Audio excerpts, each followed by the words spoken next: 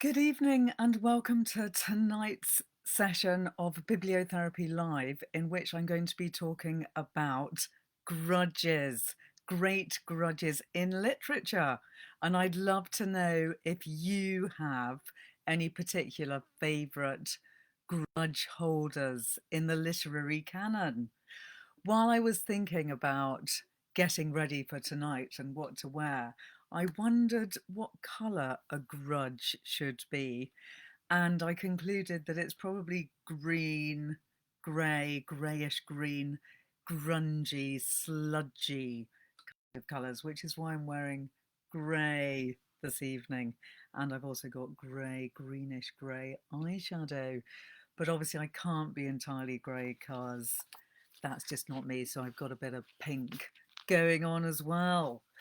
I'd also really like to paint a grudge, and I'm going to think about that. I've decided I might start trying to paint the theme of everything I do in these bibliotherapy live sessions when I get the chance. So I'm going to try and paint a grudge sometime in the near future, which I will then show you. So welcome to this evening's session. While also pondering the uh, the nature of grudges, while I think about it, I'm just checking whether everything's all connected. Yes, it is. Ollie, great to see you. Thanks for joining me this evening. I wonder if you've got any favourite grudges in literature. And also, I wonder if you are the kind of person to hold a grudge. Colleen, great to see you too. I'm sure that most of us are not grudge holders, but one of the things I'm going to be discussing tonight is whether maybe it's actually a good thing to hold grudges. And hi, Helen. Now, actually, I think I might have done something wrong on Instagram. Sorry, I'm just adjusting Instagram because I think I haven't gone live. No, I didn't. Here we go. Um, I think hopefully I'm now live on Instagram as well. Yes, I am. And thanks for bearing with me. So, grudges in literature. What colour is a grudge? Grey or green or sludgy colours? Love to hear your thoughts on colours of grudges. And also, when I was getting ready for this evening, I was thinking about cats and dogs and grudges. I've got in our household, we have 3 cats and 1 dog. And one of our cats, we think, has held a grudge for the last year and a half, ever since we got a dog.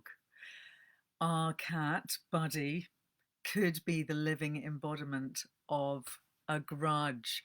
And Calypso, thanks for joining me this evening and agreeing that a grudge is probably grey. I think a grudge is grey. And actually, Buddy the cat, who is the embodiment of a grudge, is also grey. I think cats hold grudges, dogs do not hold grudges. And I am going to be talking about dogs in literature in a few weeks' time in April on Damien Barr's Literary Salon Facebook page. And I bet there aren't any dogs that hold grudges in literature. So I would love to just ponder the nature of grudges for a minute. What is a grudge? A grudge, according to the dictionary definition, is a persistent feeling of ill will or resentment resulting from a past insult or injury. And grudges are very, very prevalent in the whole of literature. I'm sure that any of you who are big readers will know that many a novel hinges and is possibly completely fueled by a grudge, such as Wuthering Heights, more of which later, also Moby Dick. So psychiatrists say when you hold a grudge, you're recalling a past event and the negative emotions associated with it. It subjects your body to stress over a prolonged period, which has negative health effects. Rushing to forgive isn't good either, as it can make you minimize your emotions. So let yourself feel hurt, and when ready, let go of your anger. I've actually got a good method of getting rid of grudges, which I recently started as my new method of doing such things, which is to send a letter to the person that's given you the cause of holding a grudge. I recently drove down a lane in a country village and had no way of reversing and getting out of that lane. And this amazingly irate man came up to me and started pontificating, berating, and generally flapping in a fury about the fact that I'd come down his private lane, which was not that obviously private. I bore a grudge against him for a while because he put me in a deep fury and he could not see my point of view. I then wrote him a letter, which I really enjoyed doing, and I addressed it to the extremely irate man who lives down that particular lane. That's what I put on the envelope. Who knows if he ever got it? And I did write a very polite and friendly letter, but the joy of writing that letter did actually allow me to let go of my grudge. So I think that's one way of dealing with a grudge. That's my little bit of homespun wisdom for you there. If someone's really upset you, try writing them a letter. Even if you don't know them, it will be cathartic, I feel, and you can let out some of your emotions in that letter. Anyway, Sophie Hannah is a well-known crime and fiction writer who has also written a book called How to Hold a Grudge, which was published in 2018. And verily, she also has a podcast called How to Hold a Grudge, which has been going for the last 2 years and which is a joy to listen to because she investigates all kinds of different situations where she might hold a grudge and describes them and actually talks about how holding a grudge can be a positive thing in your life. So I'm going to read you a little bit of Sophie Hannah's thoughts about grudges, which I think you might enjoy and which relate to her book, How to Hold a Grudge, which you might find a rather wonderful read. So Hannah's aim is to use our grudges to help us live better lives, apparently. The book is full of stories of how, as a compulsive people pleaser, she used to be continually browbeaten by acquaintances, friends, and family. She lists several grudges she holds against herself, such as being too weedy to stand up to others, including the occasion when a friend bullied her into visiting Anne Frank's house in Amsterdam, despite her having no desire to do so. For years, she was also too quick to accept other people's bad behaviour. Now my grudge system enables me to give everyone a second chance while not making me think I'm letting them get away with it, she says. This piece that I'm reading to you, by the way, is written by Julia Llewellyn-Smith, who went and had an interview with Sophie Hannah all about her grudge book. Hannah's system involves grading her grudges on a scale of 1 to 10, which distances her from any hurt she might have suffered.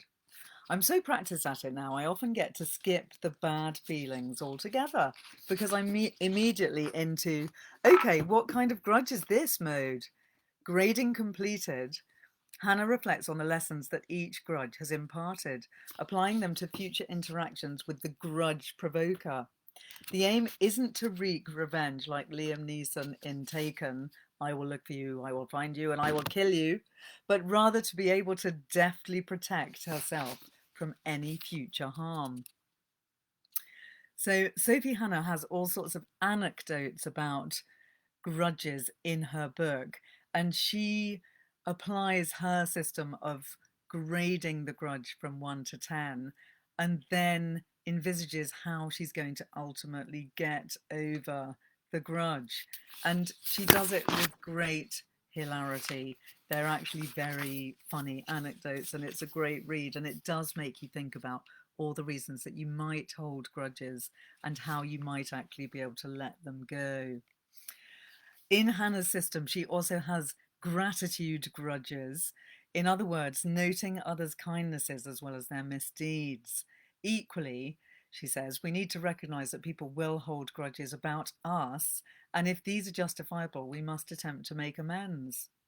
Hannah uses the book to make a public apology to her ex-boyfriend Simon, whom she dumped, only to go out for a drink with him shortly afterwards, during which she unkindly regaled him with stories of how badly her new boyfriend was treating her.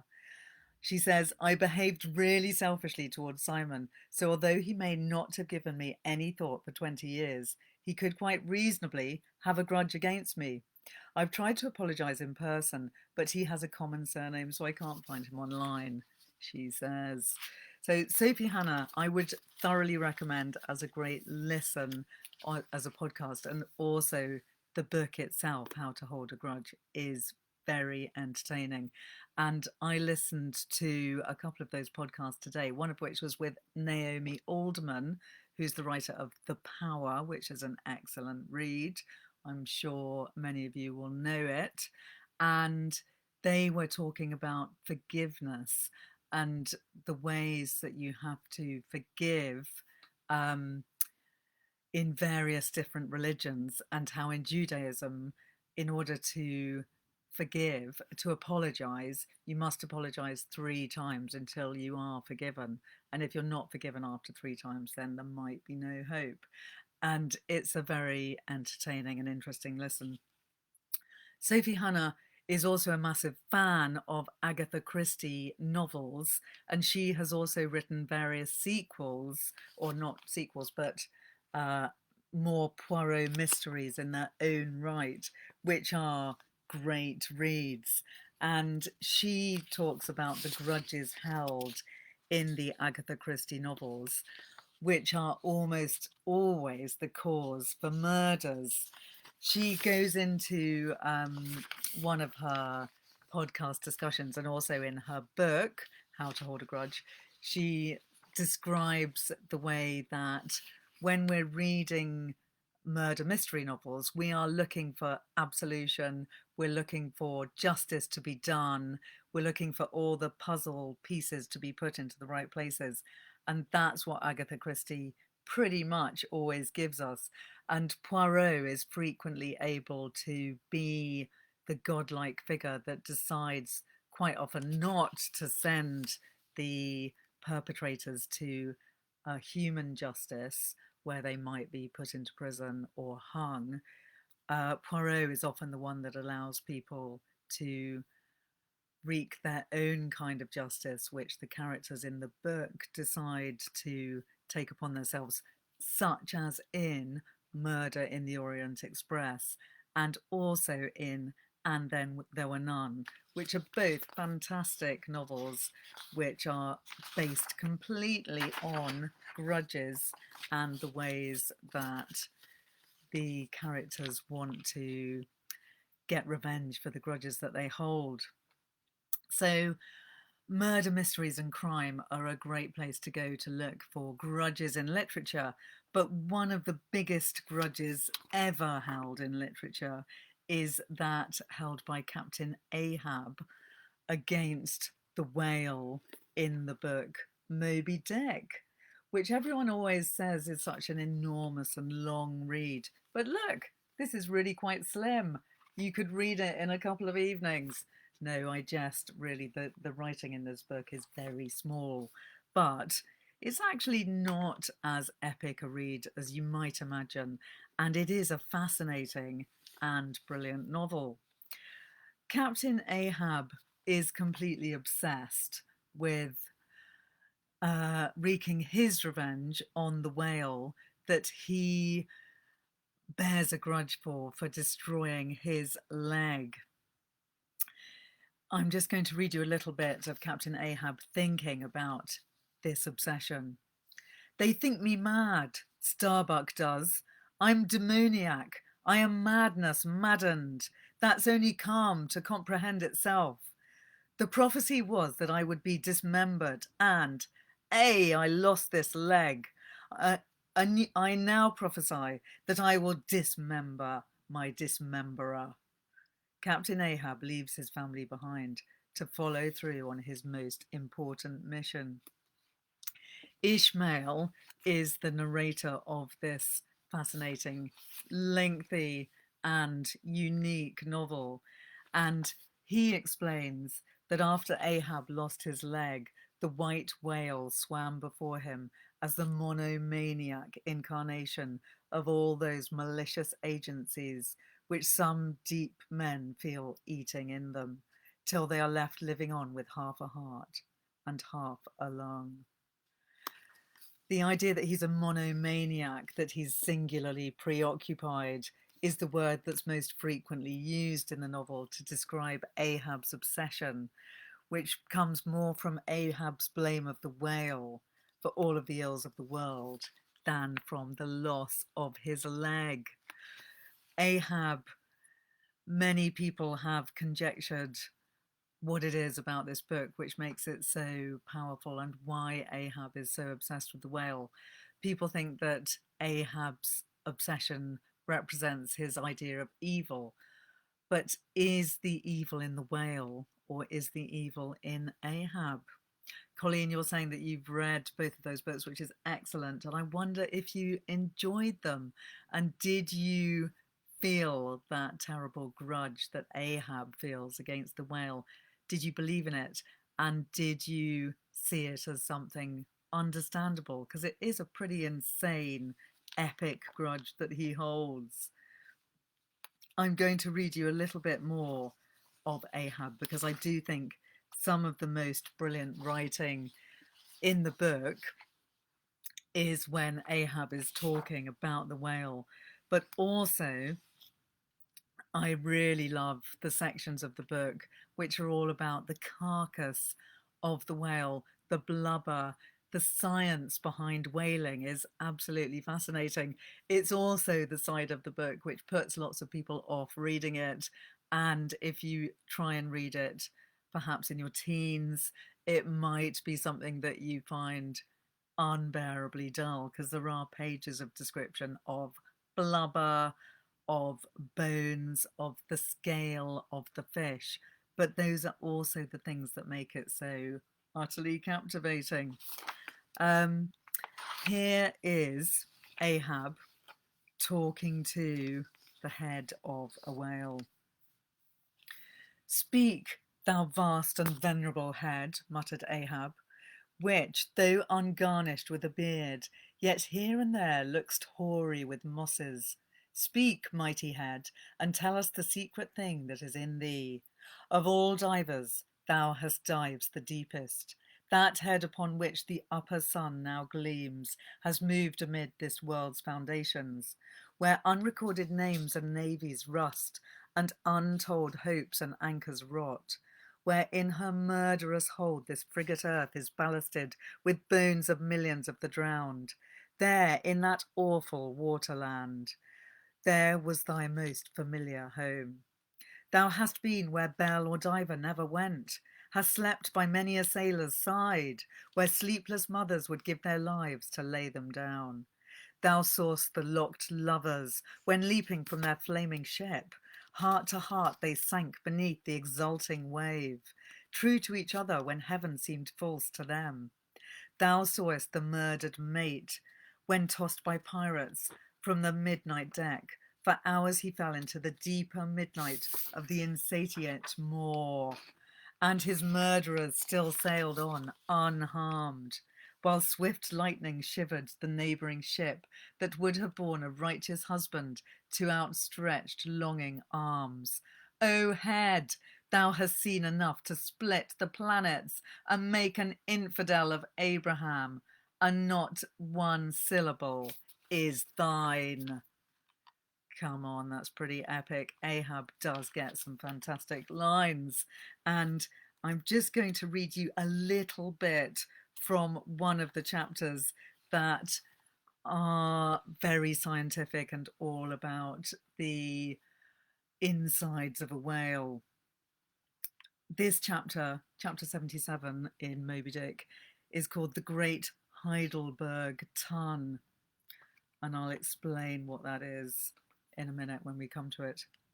Now comes the bailing of the case, but to comprehend it aright, you must know something of the curious internal structure of the thing operated upon. Regarding the sperm whale's head as a solid oblong, you may, on an inclined plane, sideways divide it into two quoins.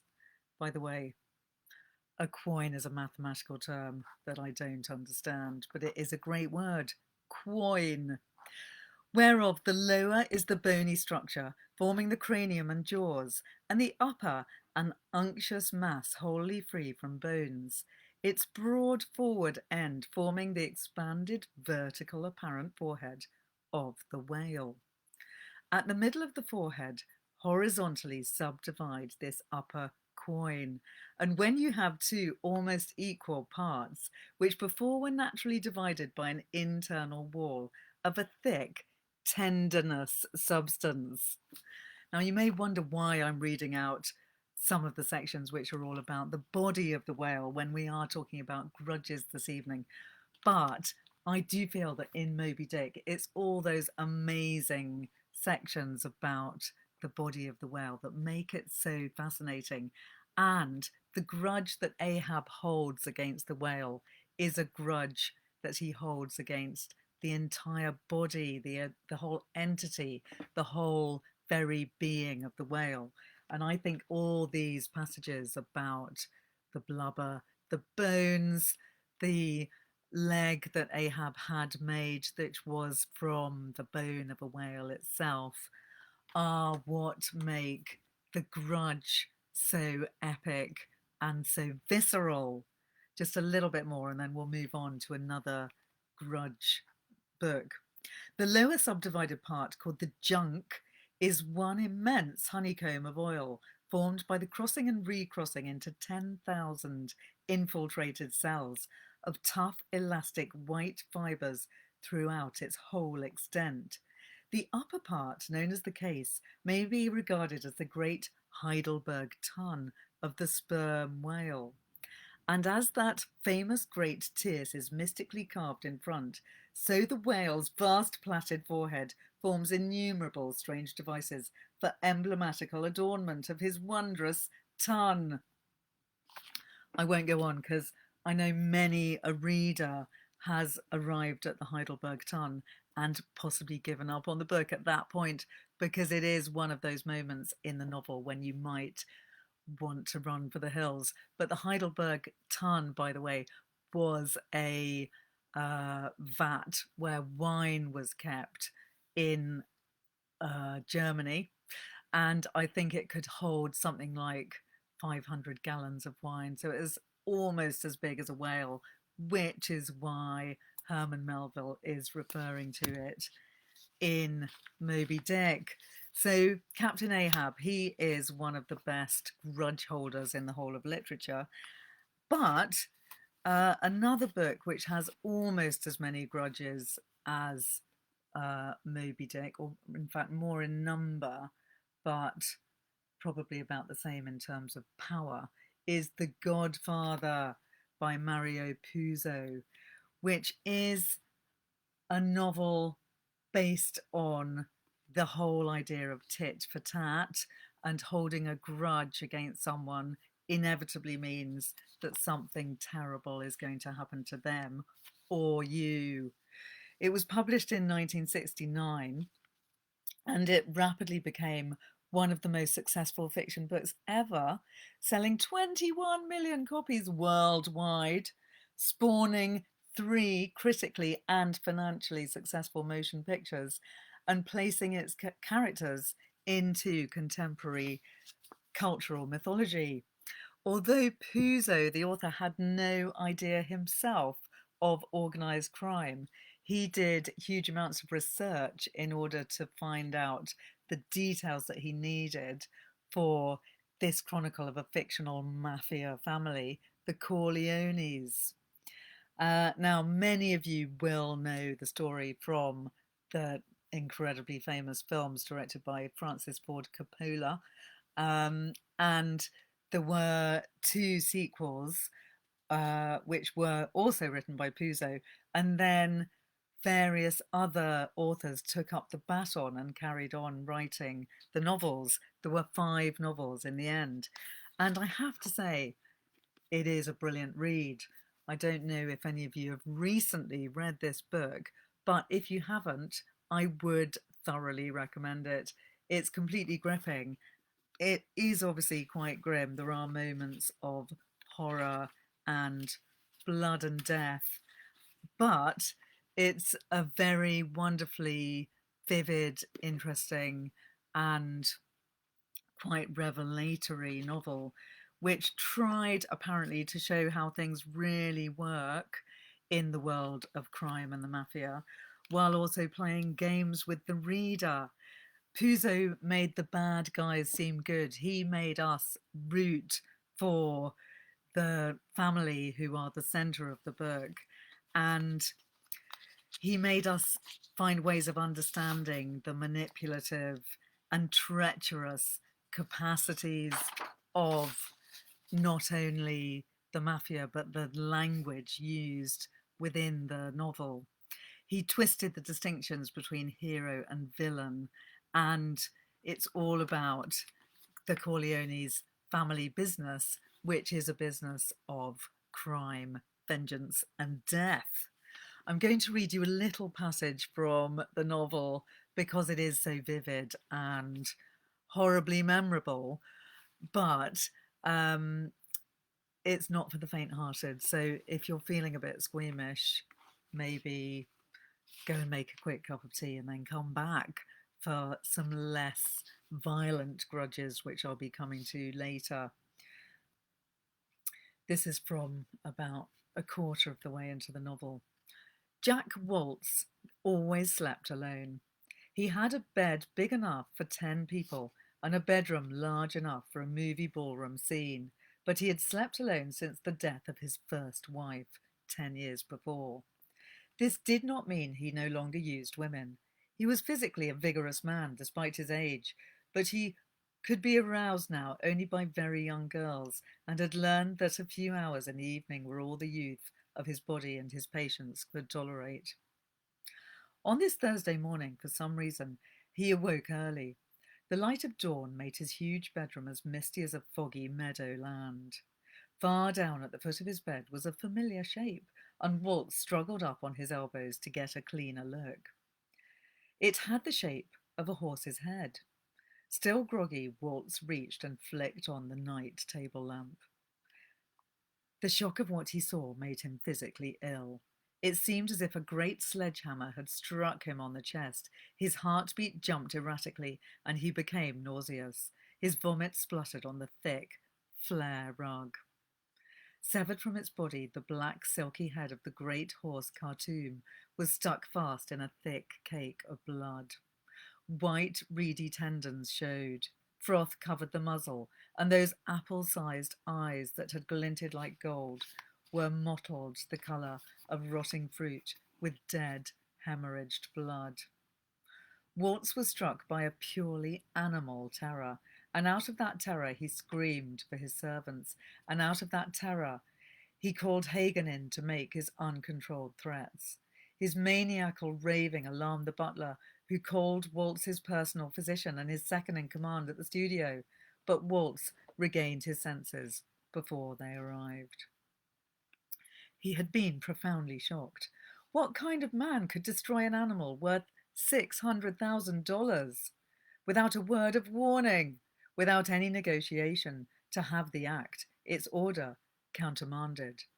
The ruthlessness, the sheer disregard for any values, implied a man who considered himself completely his own law, even his own God. And a man who backed up this kind of will with the power and cunning that held his own stable security force of no account. For by the time Waltz had learned that the horse's body had obviously been heavily drugged before someone leisurely hacked off the huge triangular head with an axe, the men on night duty claimed that they had heard nothing. To Waltz this seemed impossible. They could be made to talk. They had been bought off, and they could be made to tell who had done the buying. That is one of the most shocking scenes in literature and in the film. It scarred me for life when I saw it when I was probably only about age 11, and I think my parents didn't know what was coming. But it is a deeply shocking and awful scene. And of course, it's all about grudges and vengeance, and the whole book is an endless seesaw of one violent act creating another grudge, which then has to be paid off. And that horsehead scene is all about the unfortunate owner having the ability to place the right person in a film in order to please the Don, who is the godfather. And of course, he ends up having to give in to this hideously violent and shocking behavior. So, The Godfather, Mario Puzo, is one of the most grudge ridden books ever written. But there's more to discuss because the ones that we've talked about so far have been quite violent and bloody grudges. Whereas this book by Paul Sayer, The Comforts of Madness, is a book in which the hero, protagonist, in a way has a grudge against the world. It's an amazingly depressing and really quite grueling book to read. It did win the Whitbread Prize in 1985, and it was written by a nurse, Paul Sayer, who had a psychiatric nurse who had experienced what it would be like to be on the ward of a mental patient's hospital for several years. And he was writing about this experience when he wrote this book. The novel tells the story of Peter, who is a 33-year-old man who decided when he was about 12 years old to completely stop moving. And it's a really fascinating read, and it does make you wonder what it might be like to be a catatonic person, which is what happens to Peter, because he starts off having various issues when he's a child, and he actually never speaks from when he's a very young age. But then he has such a horrendously difficult and awful life, which I won't go into detail about, but his father is a bit of a disaster who's always having amazing ideas which never come to fruition. His mother has issues which mean that she is frequently going in and out of psychiatric hospitals, and she ends up running off with another psychiatric patient who then murders her. And Peter retreats from life into a grudge-like state against the world where he effectively stops living.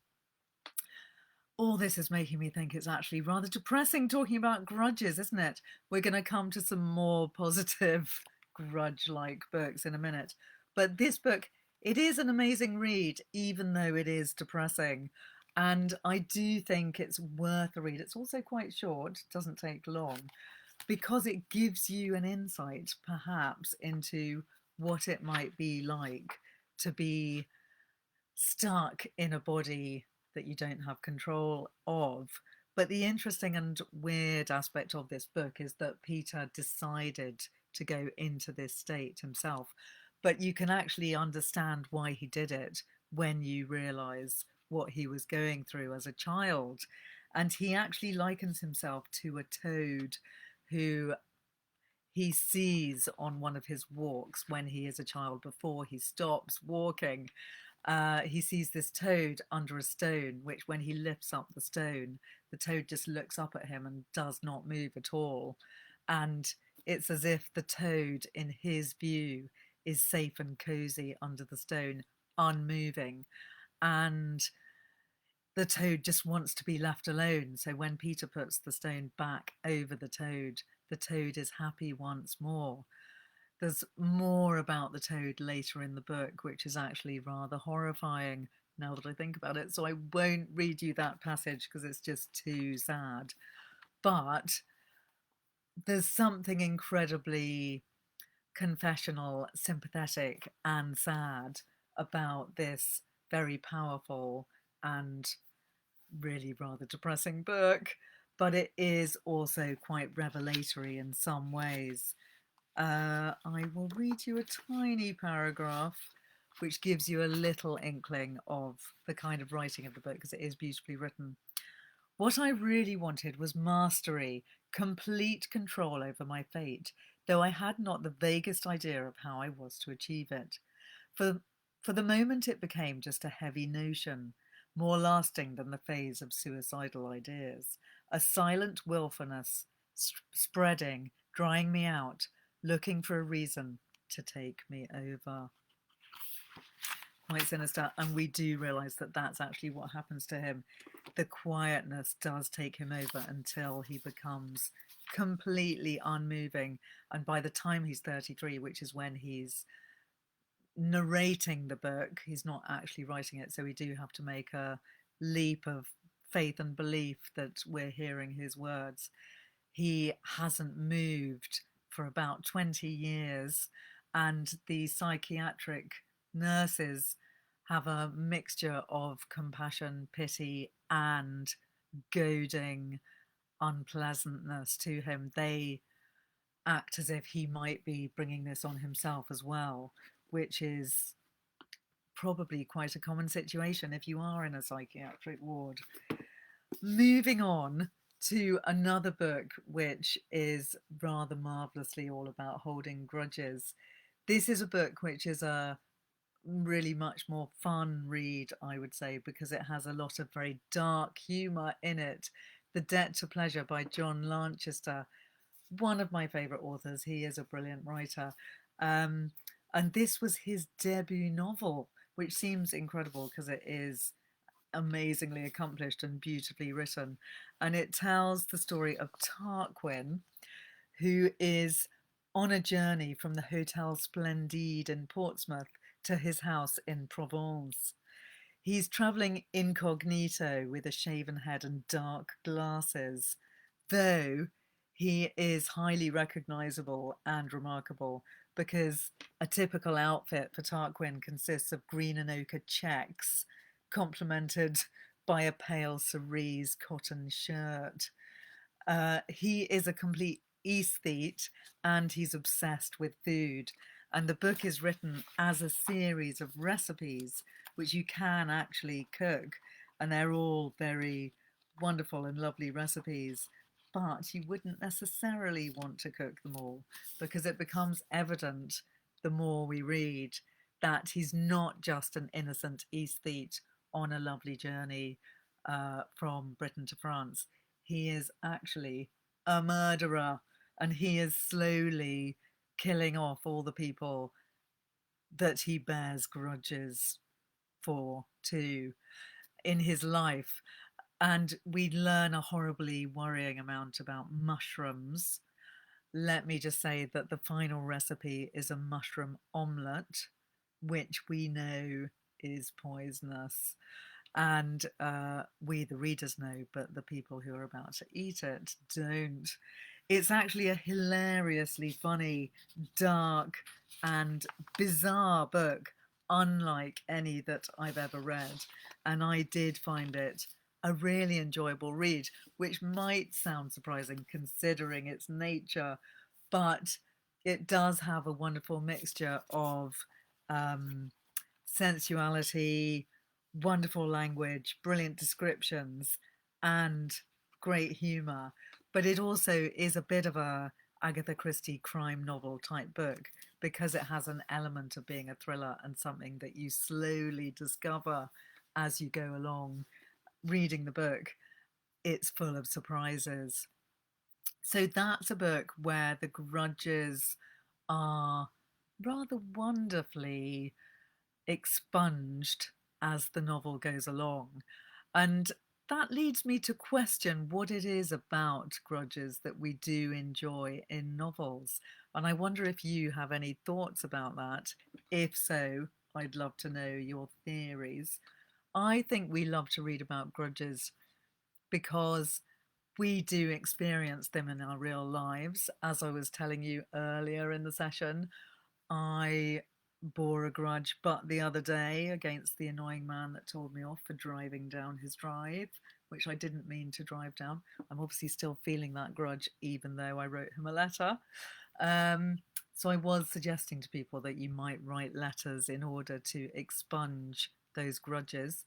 But I think reading about grudges in your novels is also a great way to overcome your own sense of grudging against people.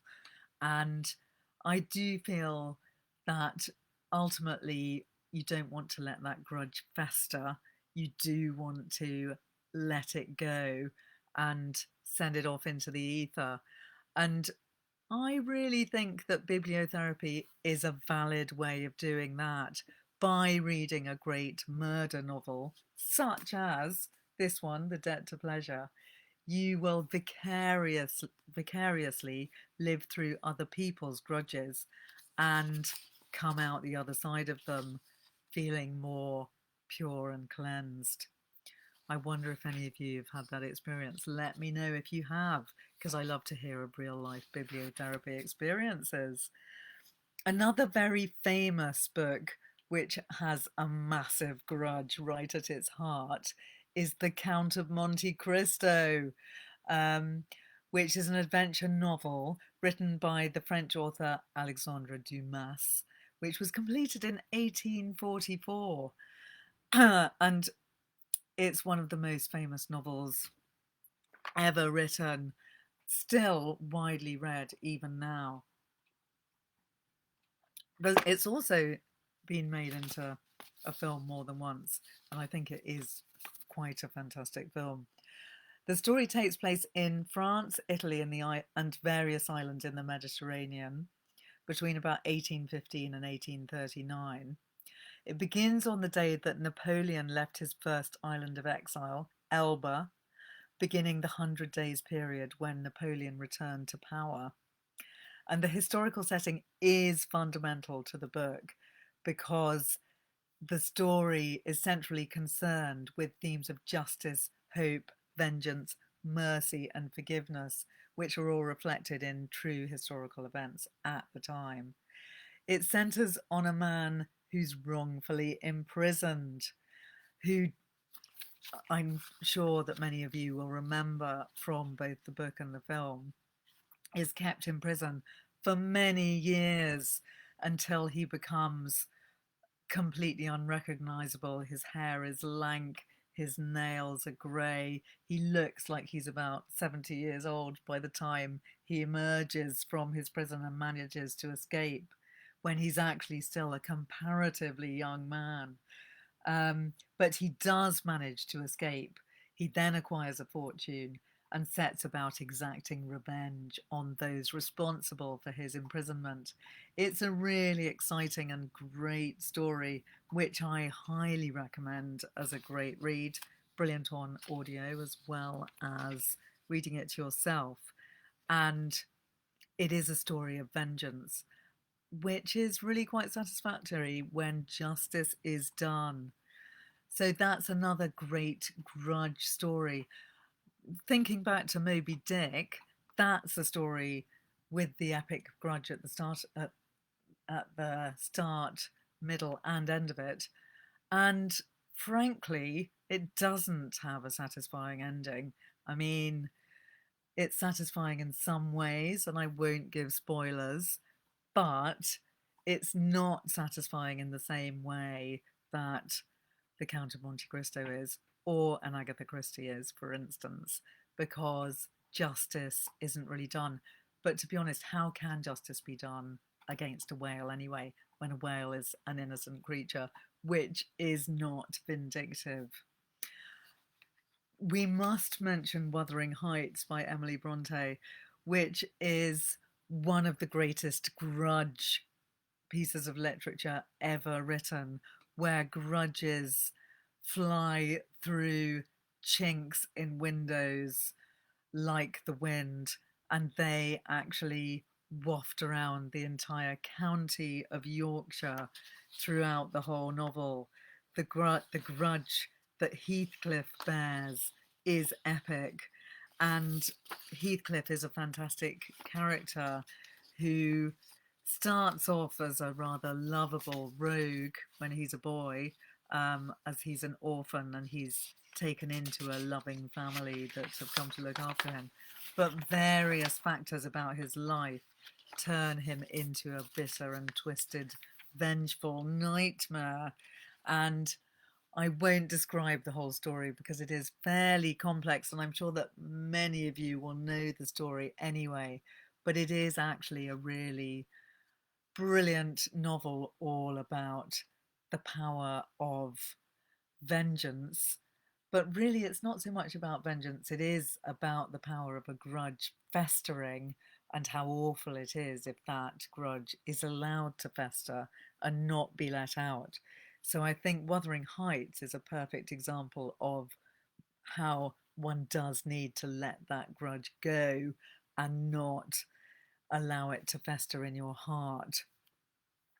One of my favourite novelists who writes many books fueled by grudges also is Carl Hiaasen, who is a novelist who lives in Florida, and he wrote many excellent books all set in that state.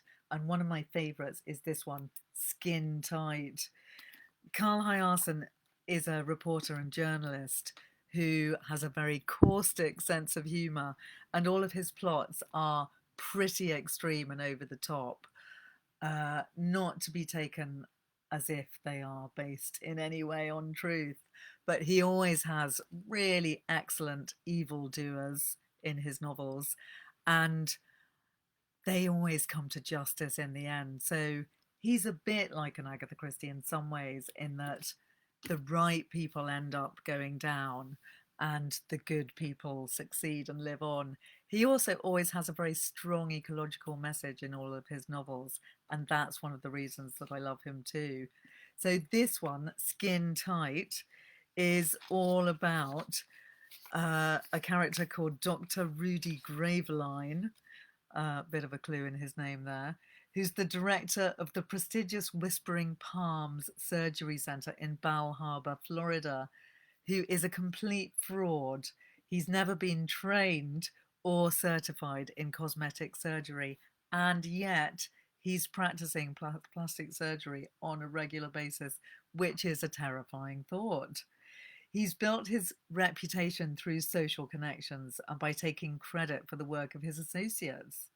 On the rare occasions when Rudy himself does perform surgery, something goes wrong.